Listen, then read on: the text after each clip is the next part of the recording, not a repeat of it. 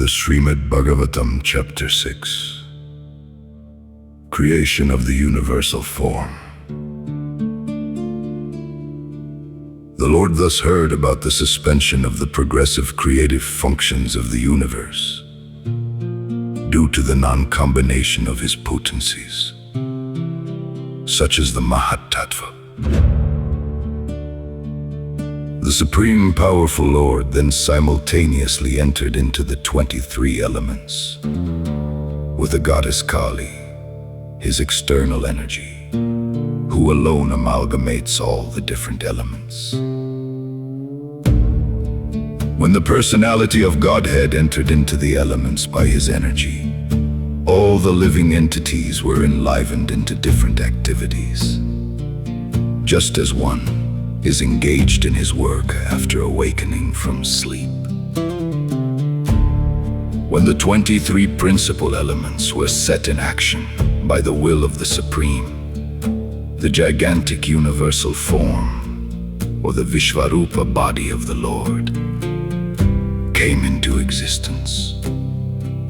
As the Lord in his plenary portion entered into the elements of the universal creation, they transformed into the gigantic form in which all the planetary systems and all movable and immovable creations rest.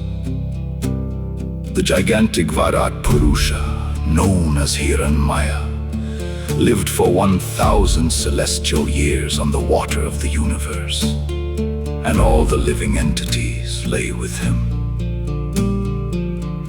The total energy of the Mahatattva, in the form of the gigantic Varatrupa, divided himself by himself into the consciousness of the living entities, the life of activity and self-identification, which are subdivided into 1, 10, and 3 respectively.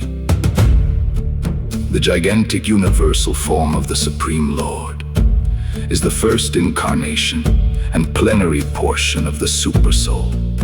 He is the self of an unlimited number of living entities, and in him rests the aggregate creation, which thus flourishes.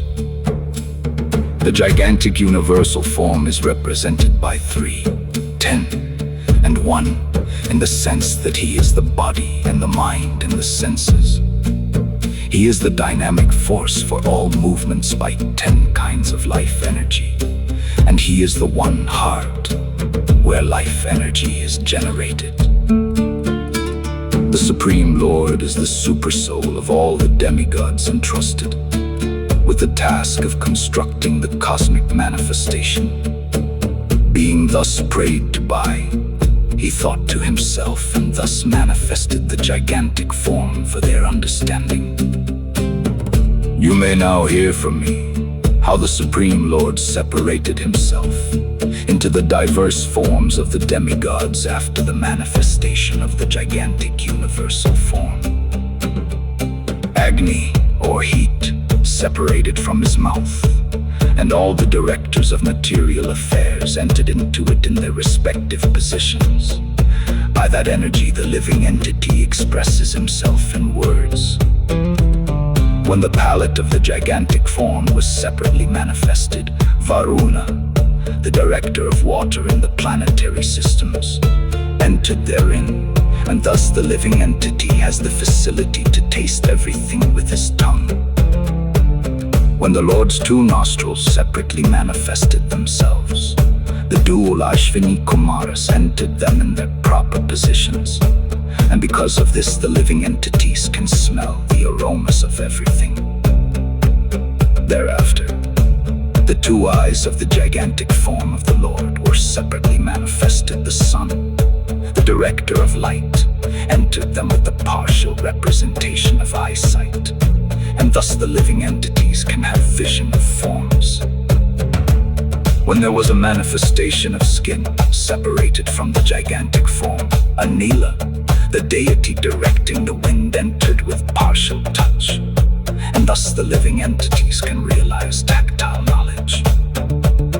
when the ears of the gigantic form became manifested, all the controlling deities of the directions entered into them with the hearing principles, by which all the living entities hear and take advantage of sound. When there was a separate manifestation of skin, the controlling deities of sensations and their different parts entered into it, and thus the living entities feel itching and happiness due to touch. When the genitals of the gigantic form separately became manifest, then Prajapati, the original living creature, entered into them with his partial semen, and thus the living entities can enjoy sex pleasure. The evacuating channel separately became manifest, and the director named Mitra entered into it with partial organs of evacuation. Thus the living entities are able to pass stool and urine.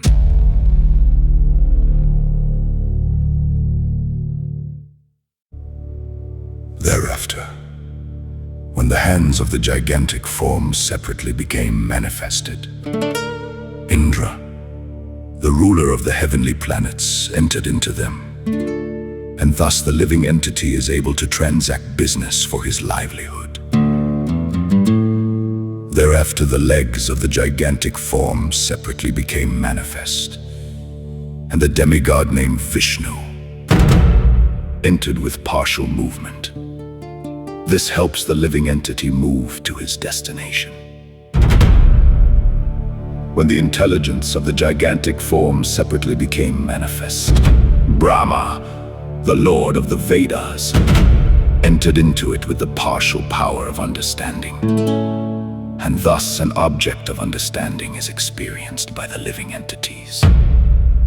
After that, the heart of the gigantic form separately manifested itself, and into it entered the moon demigod with partial mental activity. Thus the living entity can conduct his mental speculations. Thereafter, the materialistic ego of the gigantic form separately manifested itself, and into it entered Rudra, the controller of false ego, with his own partial activities, by which the living entity transacts his objective actions. Thereafter, when his consciousness separately manifested itself, the total energy, Mahatattva, entered with his conscious part. Thus the living entity is able to conceive specific knowledge. Thereafter, from the head of the gigantic form, the heavenly planets were manifested, and from his legs the earthly planets, and from his abdomen the sky, separately manifested themselves. Within them, the demigods and others also were manifested in terms of the modes of material nature. The demigods, qualified by the super-excellent quality of the mode of goodness, are situated in the heavenly planets, whereas the human beings, because of their nature in the mode of passion, live on the earth in company with their subordinates. Living entities who are associates of Rudra develop in the third mode of material nature, or ignorance. They are situated in the sky between the earthly planets and the heavenly planets. O chief of the Kuru dynasty, the Vedic wisdom became manifested from the mouth of the Virat. The gigantic form, those who are inclined to this Vedic knowledge, are called Brahmanas, and they are the natural teachers and spiritual masters of all the orders of society. Thereafter, the power of protection was generated from the arms of the gigantic Virat form. And in relation to such power, the Kshatriyas also came into existence by following the Kshatriya principle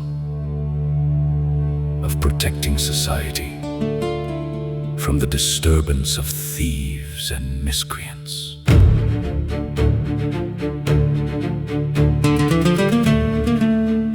The means of livelihood of all persons, namely production of grains and their distribution to the prajas, was generated from the thighs of the Lord's gigantic form. The mercantile men who take charge of such execution are called Vaishyas. Thereafter, service was manifested from the legs of the personality of Godhead for the sake of perfecting the religious function. Situated on legs are the Shudras, who satisfy the Lord by service. All these different social divisions are born, with their occupational duties and living conditions, from the Supreme Personality of Godhead. Thus, for unconditional life and self-realization, one has to worship the Supreme Lord under the direction of the spiritual master.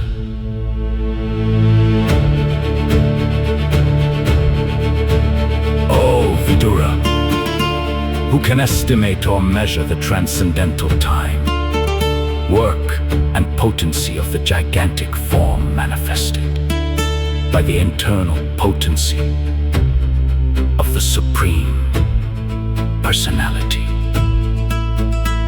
of Godhead. In spite of my inability, whatever I have been able to hear, and whatever I could assimilate, I am now describing in glorification of the Lord by pure speech. For otherwise, my power of speaking would remain unchaste. The highest perfectional gain of humanity is to engage in discussions of the activities and glories of the pious sector. Such activities are so nicely arranged in writing by the greatly learned sages that the actual purpose of the ear is served just by being near them. O my son, the original poet, Brahma, after mature meditation for 1,000 celestial years, could know only that the glories of the Supreme Soul are inconceivable. The wonderful potency of the Supreme Personality of Godhead is bewildering even to the jugglers. That potency is unknown even to the self-sufficient Lord. So, it is certainly unknown to others. Words, mind, and ego, with their respective controlling demigods, have failed to achieve success in knowing the Supreme Personality of Godhead.